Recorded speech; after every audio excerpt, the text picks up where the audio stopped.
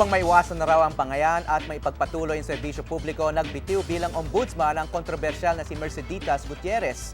Pero sino na nga ba ang nararapat pumalit sa binakante niyang posisyon? Para pag-usapan niya, makakasama natin ngayon umaga si Atty. Roberto Cadiz, Executive Director ng Libertas at Board Member ng Transparency and Accountability Network. Magandang umaga, Atty. Cadiz. Welcome sa News to Go. Magandang umaga rin, Howie, and thanks for inviting me here.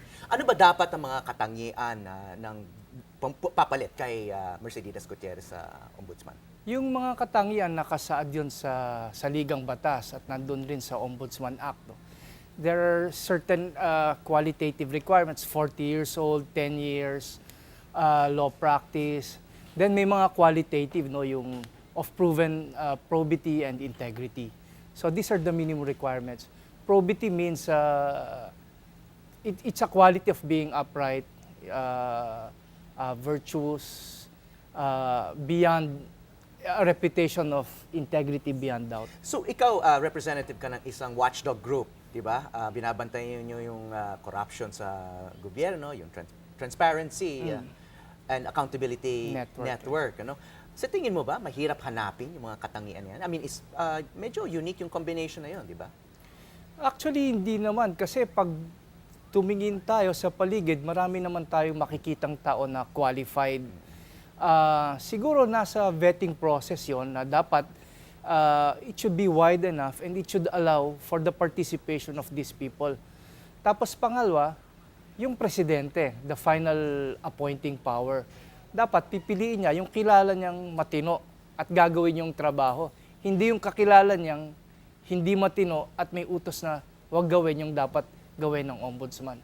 Kailangan ba hindi kaibigan ng Pangulo? Kasi yan ang isang batikos kay dating Ombudsman Gutierrez, masyado raw malapit doon sa First Family at yun daw ang ugat ng mga problema.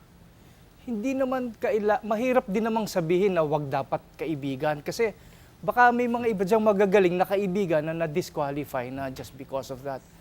Pero dapat yung appointing power, yung presidente, among his friends, piliin niya yung talagang kakampi sa pag-weed out ng corruption sa gobyerno. So,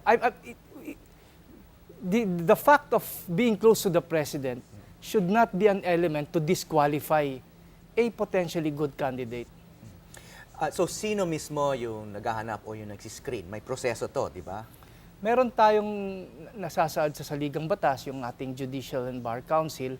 Ito yung body na binuo ng konstitusyon na magve-vet, no, na magpoproseso sa mga aplikante. Dito ka nag-apply or dito ka nagno-nomina rin kung sino ang sa tingin mo ay magiging magaling na. So sino-sino yung mga miyembro nitong Judicial and Bar Council? There are, under the Constitution and the Ombudsman Act, there are three ex officio members pero naging apat na dahil nakalagay sa doon ex officio member yung Chief Justice ng Supreme Court at saka member ng Congress. So in practice ang nangyari, merong representative from the lower house and the upper house, yung chairman ng Justice Committee of both houses. Aside from that, may regular members, representative from the academe, from the private sector, from the Integrated Bar of the Philippines, and a retired justice of the Supreme Court. So there are 8 members in all in practice. So kailan ang deadline nila at yung deadline mismo ni Pinoy para punuin yung bakante? Nakalakasad sa batas, the vacancy should be filled up within 90 days. Okay. So Gutierrez resigned on May 6. 90 days I think is around August 4 or 5. So pwede palang applyan itong posisyon na to? Oo. Pwede mag-apply dito sa council at meron parang job interview? Yeah, actually ganito yung proseso, no? Merong application period or nomination period kasi some people nahihiya mag-apply. Oh. In fact, ayaw mag-apply, kukumbinsihin pa ng mga grupo-grupo, so you can nominate. And then after that, after the nomination or application period, merong requirement to publish the names after initial screening kung may prima facie qualification, meaning natural-born citizen ba yan, etc. So after the publication, the public is invited to write in their objections, no, their support, their comments, no, and then after that there is a public interview by the JBC After the public interview, there is voting. Then after voting, they're supposed to come up with at least 3 names to submit to the President, and then the President finally appoints within the 90-day period. Anong opinion mo in general tungkol sa kalidad ng mga appointees ni President Aquino ayon dun sa criteria ng inyong network? So far, personally, mahirap magsalita sa ano. In general, I think the appointments have been good. Some criticisms have been made regarding the quality of, the intellectual capacity. May mga kantsaw pa dyan na student council daw yung cabinet, But, I think basically they're on the right track, on the right path. Their hearts are, they're basically clean people. For example lang, for the first quarter of the term of Pinoy, sa DPWH lang, just by rebidding the contracts, the government was able to save already 1 billion pesos just for the first 3 quarters in one department. So you don't need to be brilliant, or I'm not saying that these people are not brilliant, but what I mean is the more important qualities, they should have a sense of duty and they should be upright. So gaano ka-importante yung posisyon ng Ombudsman para sa mga goals ng Pinoy administration? Napakahalaga kasi ito yung katuwang o katulong ng gobyerno sa paglaban sa korupsyon. Yung sabi nga, yung pagtahak sa matuwid na daan. In the past, we have seen that the office of the Ombudsman has been actually used to block, or to shield the corrupt elements in government. At least that is the major perception of the public, and that is why an impeachment process was started against. Pero bago umupo si Merci Gutierrez dun sa posisyon, mababa na raw yung conviction rate ng Office of the Ombudsman eh. So, hindi kaya yung problema nasa opisina o nasa sistema mismo, hindi lang doon sa uupo, doon sa posisyon? Totoo yun, no? Kasi yung sistema natin, napakabagal ng pag-usad ng paglilitis, no? That is correct. So, you cannot just blame the Ombudsman. But I want to point out one point, no? Mabagal na nga yung proseso because our people are very litigious, and then there is, of course, endemic corruption within our judicial system. Pero if lalagyan mo pa ng ombudsman na hindi itutulak yung hindi magsasampan ng kaso doon sa mga dapat sampan, di lalong wala na mangyayari sa ating bayan.